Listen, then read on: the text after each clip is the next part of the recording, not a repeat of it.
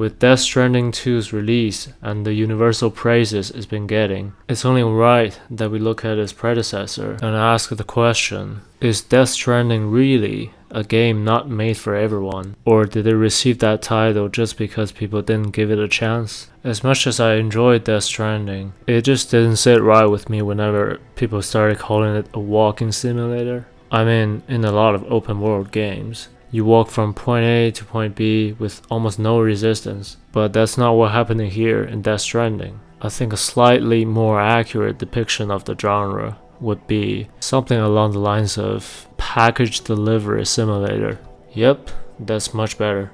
Ask anyone who's actually played the game. They would tell you that gameplay is one of the highlights. As someone who adores Metal Gear Solid franchise, especially MGSV, much of the DNA from his earlier works is still present in Death Stranding. The only big difference being that Death Stranding is not strictly speaking a stealth game. You could see snippets of inspirations from the Metal Gear Solid stealth elements. Whenever you have a BT encounter, the game encourages you to sneak around the area rather than engage with the BTs up front, because the game punishes you for doing that, and you could get something that's even more frustrating than fighting a Dark Souls boss.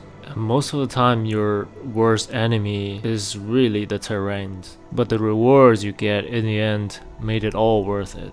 Initially, I wanted to do something like a platinum review, where I walk you through some of the requirements, steps, and challenges that got me through 100% in the game and getting the platinum trophy in the end. But as I went back and looked at some of the footage, I couldn't exactly pinpoint where I got those trophies. So what I can do now is to retroactively look at those moments and tell you why I think many people were wrong about this game. And hopefully this video won't end up being too long. Going into Death Stranding, even as a Metal Gear Solid fan, and a big admirer of Kojima's work, even I didn't know what to expect when I first played the game. But judging by Kojima's track record, I knew I signed up for something special. From the moment we were introduced to Timefall, we see the devastating effect it can have on people. But it leaves so much mystery behind that it keeps you wanting to know more about this world. Several hours into the game, you do find yourself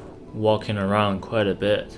What people often overlooked is that you never walk in a straight line in Death Stranding, or hardly ever. Even just a few hours into the game, I found myself constantly having to think about what route to take. Do I want to waste a ladder just so I can cross a tiny section of the river? Or is there a better and more efficient way around? It's like a question that always gets asked in a theory test, and the answer is always plan your journey ahead. It's a very unique aspect that sets itself apart from a lot of open world games. So if those open world games can get away with it and not be called walking simulators, why Death Stranding? I figured it would be hard to do this video without making some sort of reference, and I need someone else's video for that. Someone who clearly didn't like the game. And this time we're looking at this video by Expert Analysis Reveals. I like that even though this is not his type of game, he still give it a fair shake. And he's right about the game being 80% about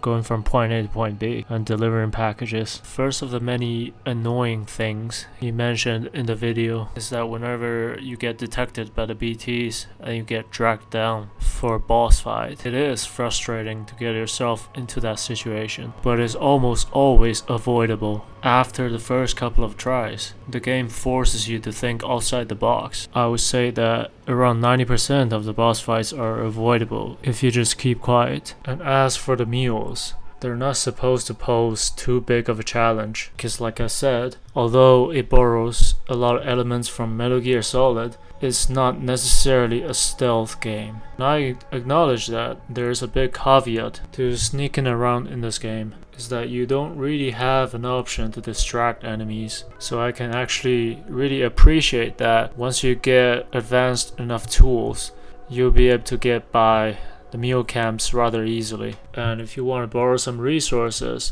the mule camps are also really good for that. The actual gameplay is not fun, it's not really enjoyable, it's kind of stressful and annoying. And here's where the review kind of falls apart. You see, a lot of the delivery gameplay requires a lot of careful planning, especially post-game if you try to take on multiple orders at once, because some delivery routes overlap.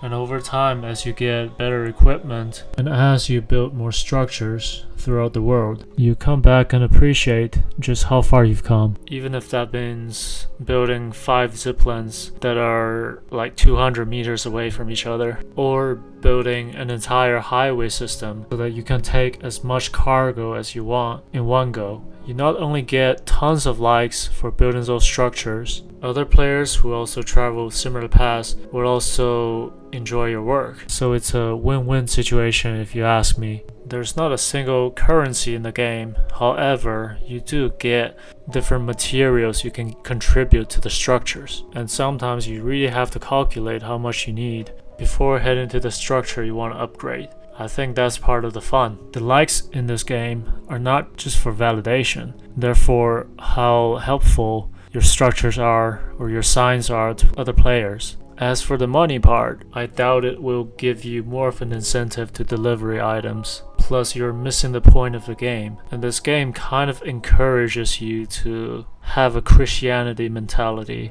that whatever you do it for a greater purpose. And it's not for money, it's for connection. Therefore, no, money wouldn't make it better. You're lazy because you don't want to help others. And the thing you ask for here is convenience. But learning is inconvenient. It should become crystal clear to you after 10 hours into the game. The game rewards you for planning ahead and completing difficult tasks to see progress and build character. Just like back in the days, cutscenes used to be a reward after going through difficult levels, as is the case in Death Stranding. There's not much life in this world. It's probably because Kojima didn't know at the time if this game was gonna be a hit or not, and because in a way it was kind of predicting the pandemic in 2020. So everybody would just stay inside and avoid BTs at all costs. And to see other players in the world would kind of contradict the plot, as Sam Porter-Bridges is the only one carrying everything across America. And I disagree with his point on having vehicles eliminates a lot of the challenges, because more often than not, I found myself kind of stuck in between the rocks because the vehicle couldn't just get up and drive like an actual vehicle, like the truck. The vehicles in this game feel actually really heavy to drive unless you're driving on a highway. And if you try to pass large BT areas that are also mountainous, they're not gonna work. And eventually you have to ditch the vehicle. That's why I always bring 1 or 2 floating carriers with me as soon as I'm able. That's why having vehicles sometimes doesn't make your journeys easier, but maybe more efficient is the term. So those are my thoughts on the game so far. I don't think it's an absolutely terrible game. And here, after everything he said, it's not an absolutely terrible game, because it isn't. I remember buying this game on launch, and I don't do this to just any game. I saw the potential at the beginning in what Kojima was trying to do, and man was facing hard times after his departure from Konami. In an era where video games have to push the status quo set by the AAA industry, Death Stranding felt like a breath of fresh air. Death Stranding 2 even more so. And I'm glad Kojima was able to do his work without being apologetic to anyone. So as it stands, Death Stranding is probably one of my favorite philosophical and meaningful games I've ever played. As someone who can enjoy the constant action of God of War and the mindless checkpoints of some of the latest Ubisoft games, Death Stranding really allows me to take a breather and just be in the present. Be hopeful in the future. Do not worry about tomorrow, as tomorrow will have enough troubles on its own. So no, Death Stranding is for everyone. You just have to go in with an open mind. If you enjoy my take, please make sure to like this one and have a good one.